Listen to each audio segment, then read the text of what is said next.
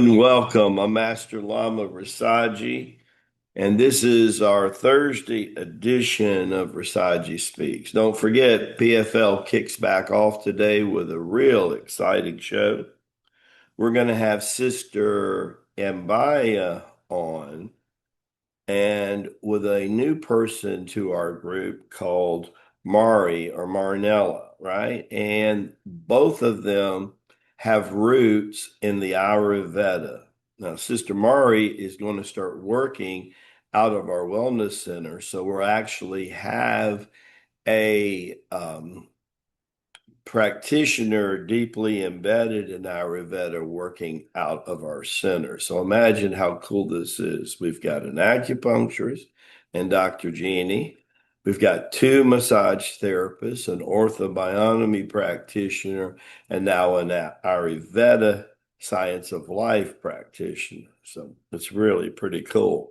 And you're going to see how both of them deeply rooted are still polarized, totally two different energies. Mari's kind of real laid back, and you know what a fireball Sister Ambaya is. It's going to be very interesting. Transforming your health and longevity through the practices of Ayurveda or the science of life. This root goes back over 5,000 years, deeply embedded in the city yoga teaching. So come and welcome Sister Mari. Wait till you hear her testimony about practicing and participating, which drove her to become an Ayurveda practitioner. That testimony will blow your mind. Today, we're going to talk about the subject matter. As you know, we're deeply into Advent now. And so a lot of people looking outside of the Christian faith, especially looking outside of Catholicism, because what I'm going to talk about today is deeply rooted in the Catholicism faith. This was before the church began to splinter. And as you know, it splintered many, many, many times. But understand why the virgin birth? That's our title today. Why the virgin birth? Why did it have to be a virgin birth, right? Because there are a lot of Catholics and a lot of the Christian world that still have an issue with that, right? But again, there's a lot of Christians that like to pick and choose what they believe in Scripture and what they don't believe in Scripture, right? It's one thing to say, okay, I'm not in alignment with this pontiff. To be honest with you, I ain't either, right? I was really John Paul Catholic. I mean, I just love them. Today he's a canonized saint, and he was 27 years a pontiff, which was almost 3 decades. For a pontiff, that's incredible. What I also know about him, his office was about an hour long a day. That means prayer, meditation. That's unheard of for a pontiff too. And because of our sadhanas and what we've learned, that's really important. The average priest prays 7 to 10 minutes a day. I'm sorry, it's just not going to get her done. Okay. Here is the key. The word purity is at the root of this. Now, that being said, am I saying that a woman who's been with a man and has had a couple children cannot yield later in life to this purity, Ray? Absolutely not. I'm not saying that. So don't misquote the Lama. I get misquoted quite a bit, as a matter of fact. No, but there was a reason that everything light up. See, most of the Christian world doesn't know what the Circle a Chi organization knows. Doesn't know that the Madonna was Eve. or that she was Sita during the time of Ram and Sita, and that she's Mary during the time of Mary and Jesus. That alone tells you a lot, right? That means the purity of this incredible soul was high for a long time.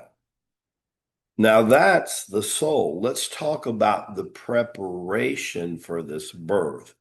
Let's look at the Essenes themselves, the mystical group that did a lot of similar sadhanas to what the Siddha Yoga masters did.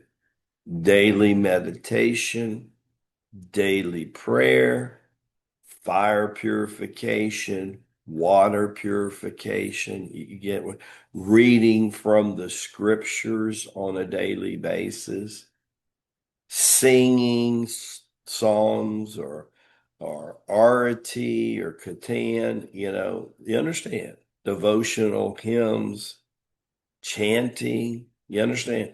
So they were doing a lot. And from time to time, and we'll get into this quite a bit on a week from today when Lamaji does the next live with uh, Rasaji, and that is where we talk about the lost journey of Jesus, because it's going to begin that story with the Magi. Okay? But it's not a Magi that disappeared. What we know today in the short wave of this broadcast, periodically a holy person, man or woman, over a 300-year period would come to the Essenes, right? Maybe they were from Tibet. Maybe they were from Nepal. Maybe they were from India. Maybe they were from Egypt. Maybe they were from somewhere else in the Middle East or North Africa. And they would have spiritual practices they would share with the Essenes. The ones that made the most sense to the Essenes and the elders of the Essenes, they would naturally adopt those practices. Just like when Boganathar and Uncle Enoch got together, a real magical thing began to happen.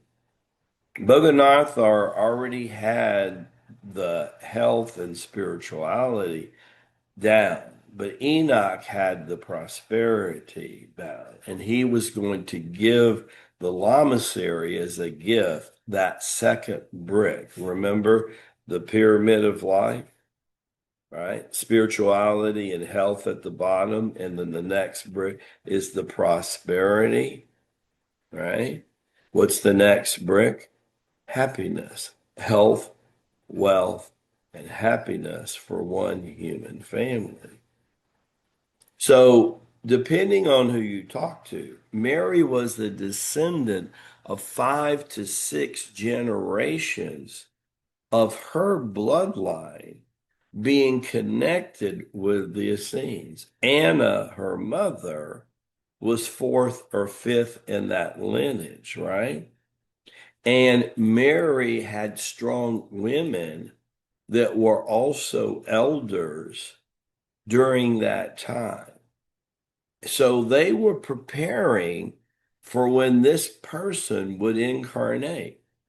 To them, it was the next biggest thing to Jesus. That's why the reverence to her should be a lot more. Here at COC, we give reverence and respect to where it's due, and we don't hold back. Male, female, black, white, Asian, Spanish, French, German, it doesn't matter, right? It's the content of the spiritual character that Martin Luther King talked about. That's what's important here. And the elevation of the soul. And is this being an avatar, which are only about 120? It's about 12 Maha avatars like Babaji, right? Supreme avatar, right? So just imagine. We've got some people that are in our group that are being schooled and prepared to be an avatar. That's the people Lama Ji is going to be working with on an individual basis. That's one of the most primal reasons for that training. Anyhow, she was pure through and through. In other words, go back to the Lord's Prayer. It's hidden in there, the feng shui of things on earth through us as it is in the Father's heaven, on earth through us. She became the obvious, most obvious. There wasn't any other choice. And this because we knew of Mary's lineage that the Hebrew prophecy did not know of. See, that's where we really different because we honor equally the feminine and the masculine side of spirit. We embraced both sides of this. And the people were so caught up in the masculine, his story or his story, that they were blind. They didn't understand who Mary really was.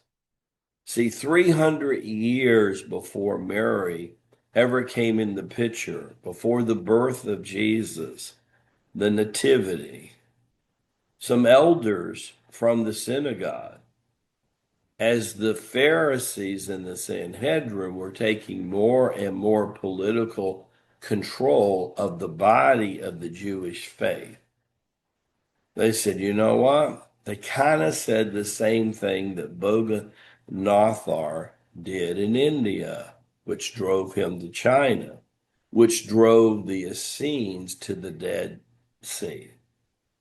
Because of their penance, because of their tapas, because of their spiritual exercise, which all means the same thing. The Dead Sea to this day are healing waters because they opened up a portal in the sea like we did in Lake Tahoe back in the summer. That's the power. When you get an organization of conscious people with specific intention for a collective good together, what you can accomplish. Every tour we open up a portal, and some it gets bigger and bigger all the time. That's up to wellness centers, Tai Chi Gong instructors, and yes, down the road are spiritual Siddhana retreat centers that we're also going to be resurrecting, right? So, as we say in the Far East, Baraka Bushad. May the blessings be to you and to your glorious family. I hope this kind of clears up why the virgin birth. Good topic, Sister Emmy.